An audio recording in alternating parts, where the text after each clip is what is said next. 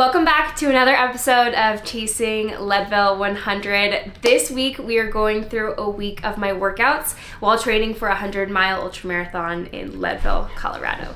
So let's get right into it. So we're starting at the end of a week just to make sure that we're getting a full week of workouts in. So on Friday of last week, I summited Mount Timpanogos. It is a local mountain here in Utah. It's actually one of Utah's highest mountains, and it's one of the highest in the Wasatch as well. So we did 4,500 feet of vertical climbing up to 11,753. So a lot of the climbing was done above elevation, which makes for great training for me for Leadville, since Leadville starts at 10,500 and goes up to 14,500. So I was super happy to get in a big climb. There was still a bit of snow left on the trail, so it made for some funky and a little bit more technical climbing, just because we're still in shoulder season here in Utah. It was really challenging terrain.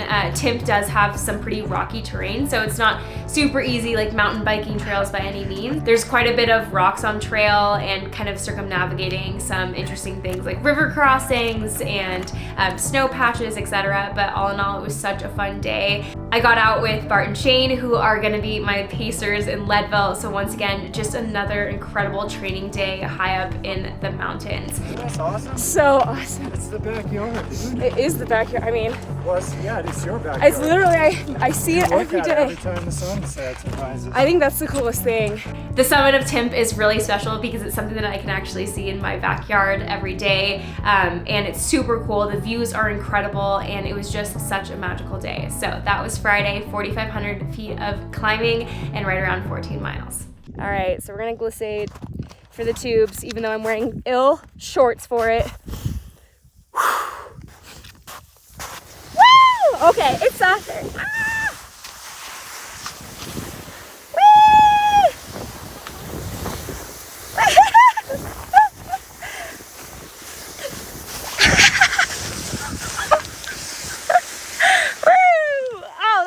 Better.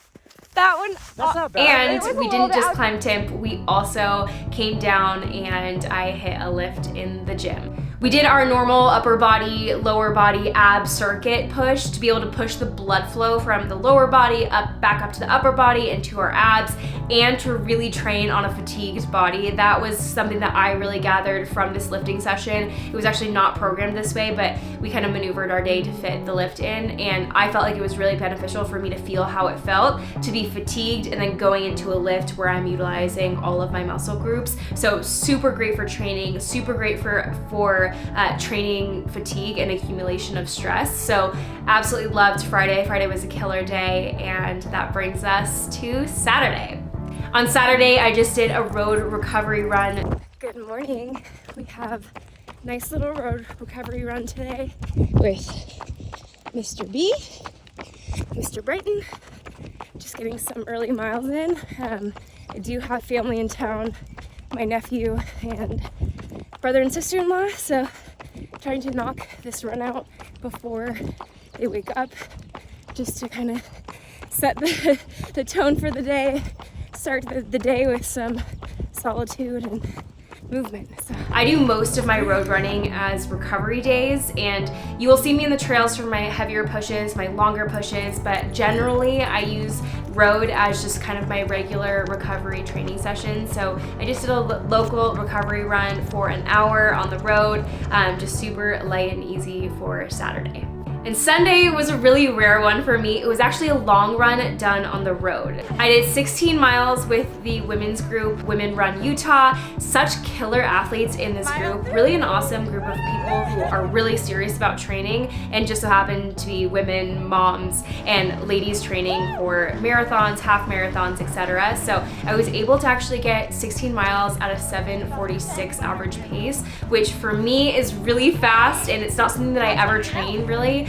Because all of my longer runs are done in the mountains. So it was really cool to kind of see my trail training kind of benefit me also on the road, and kind of see how that speed translates in a totally different environment. So I'm still definitely a trail girl, but we'll see in the future if I end up doing any road races, because truthfully I have never done a regular road marathon unless you count the ones that are also included in an Ironman's, which I don't count. So we'll see if I get out on the road. It was super cool to be surrounded by women who also are moms. Some of them had to pump during the run. Like, it was just such a cool experience to be around women who are really serious about their goals and really serious about running. So Women Run Utah, really cool group to be part of for my Sunday run. That wraps up 16 miles in 2 hours and 4 minutes at an average pace of 7:46. Woo. And normally I take Sundays as my rest days, so I actually shifted my rest day to Monday. Monday was a rest day. I did go sauna and I cold plunged, and I just went for some walks with my dogs and my husband, but it was a really easy day just to kind of recover from the heavy training load that I did for the previous week. On Tuesday, I did another road recovery run and an hour lift in the gym at 21 Run. We did some lunges and some cable kickbacks, and I love cable work for isolating the hamstring and isolating the glutes. Once again, I've said this so many times, but you really do need strong glutes and strong legs to climb mountains fast. And glutes are one of those muscles that if you don't isolate them in the gym, it can be really hard to actually activate them in your workouts. So I love activating glutes in the gym. It's something that I utilize very often in my training, as you guys see. But I love that. We also incorporated some core, and once again, activating multiple parts of our body in order to kind of push blood from our legs to our upper body and to our core. We also did some lateral step downs, which obviously in the mountains, when we're moving uphill, we're utilizing isometrics. So we're stepping with 1 foot at a time, right? We're not gonna be squatting in the mountains generally. And the last circuit that we did actually included cleans, and it's actually not a movement that I'm super duper comfortable with. Olympic lifting is not something that I generally do, and these big power movements are something that I haven't really trained a ton in my past. So cleans are one of those things that I like to do and I like to incorporate, but it's not something I'm super duper comfortable with. So it was really great to challenge myself in that way and to really activate and kind of stress out my central nervous system. So I loved incorporating cleans in this workout, and also hanging leggers, as always, is one of my favorite movements for abs, and I love circuiting the lower body movement with the core. So such a great lift on Tuesday, and that wraps it up for that day. And on Wednesday, I summited Timp once again, but I actually did a longer loop on Wednesday. So it ended up being 5,800 feet of climbing and right around 20 miles. So such a great day in the mountains. Really definitely challenged myself after a big lift on Tuesday to be in the mountains and accumulate stress again, and to really push through both elevation and extreme climbing. So this was such a beautiful day. We actually ran into a moose and we saw several goats on trail. We didn't actually get to see that on Friday, but this mountain is incredible and is such a great training ground for me training for Leadville 100. For one, it's not super far from my house, but also the climbing is impeccable, and the access to different climbing environments is totally there. We have a few runnable sections, but a lot of really steep climbing and a lot of technical climbing as well. So summiting Timp twice in a week was really special and super challenging. Honestly, gave me a lot of confidence just being able to build upon my training and have that cumulative stress and fatigue kind of build up, but still feel really, really strong in the mountains.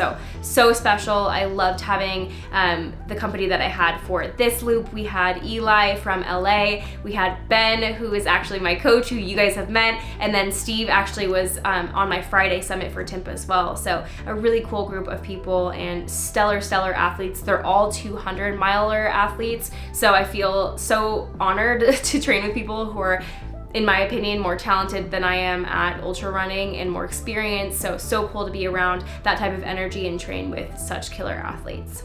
And then that brings us to Thursday, which I did a 1.5 hour road recovery run. We are getting in some road recovery miles today, just about an hour, a little over 6 miles, but it is 100 degrees right now, so hot. So this little acclimation will be good for me. But yesterday was a huge day, 20 miles, 5,800 gain. So stacking a run afterwards is just gonna help me with some accumulation of training stress, and also just mentally building some confidence that I can keep moving, right? Because if we just continuously run and rest, it's never gonna build that confidence that I can keep going when things feel heavy and hard. So Beautiful day, super hot, but getting after it. And now let's go to the gym to get a quick lift in. I also did a 1 hour lift in the gym. I didn't have Brennik in the gym with me today, so don't mind the small amount of clips and the angles. It's a little bit more interesting when you're setting stuff up for yourself. So I did that on Thursday, and that brings us to Friday. And then on Friday, I did a 2 hour trail run just at my local trail that you guys have seen me run many times. I'm not gonna share where that location is because I don't feel safe doing that, but I was able to get in some good elevation gain and some runnable trail sessions. And this is actually my husband's birthday. So Friday was my husband's birthday, so I wanted to make sure that I knocked this run out before he woke up. So we had an early run on Friday. Yeah, good boy. Watch your tail. Trail run smashed. So this week of training was right around 18 hours of training. So I definitely am gonna tell you that what works for me is not necessarily something that's going to work for you. And especially if you're a beginner to that, please do not replicate what I am doing. I'm training very specifically for a 100-mile ultramarathon in the mountains. So I want to reiterate just this is not for everyone. And we are 5.5 weeks out. No, we are 5 weeks out from Leadville. So things are getting really spicy, and this is not something that's super sustainable for most people. So just kind of keep that in mind when you're thinking about training. And comparison is the thief of joy. If you're training for a half marathon, you're not going to put in nearly the amount of hours that someone who's training for a 100-miler is going to. This is actually volume that feels really good to me in my body. It's volume that I feel like I can handle, and I'm not incredibly fatigued, and I can still function throughout the day and do work. So it's not something that feels incredibly out of the realm of comfortability for me. I'm able to actually physically recover and mentally recover from these training sessions. When you're starting a training program and you're building up volume, it's super important to do check-ins on your body and how you're feeling, and check-ins on your fatigue level. So I definitely come from experience with fitness, right? I was in the military, I trained for Ironmans last year, I come from a mountaineering background, so this wasn't overnight, right? I didn't just start from ground zero and start building up to a 100-mile ultramarathon. I've been doing this for over 2 decades at this point. So training for me is something that I know that my body can handle. And even these super long sessions and these super long hours, my body is responding so well to them. So once again, do not compare your results or your training program to someone who's experienced. Don't compare your day 1 to someone's day 1,000. Just because your training and your experience is so unique to you. So it's just super important to keep that in mind. And if you're training for a race and you have no idea where to start, I do have programs as well as one-on-one coaching available, and I will leave a link for that in my bio. And one more thing before we close up, I get asked this question every single time that we post. These t-shirts or these tank tops are actually Unbreakable merch. I just cut these on my own. So I will do a full tutorial on my Instagram on how I cut these, but this is Unbreakable merch that is available, and I will put a link for that as well in my bio.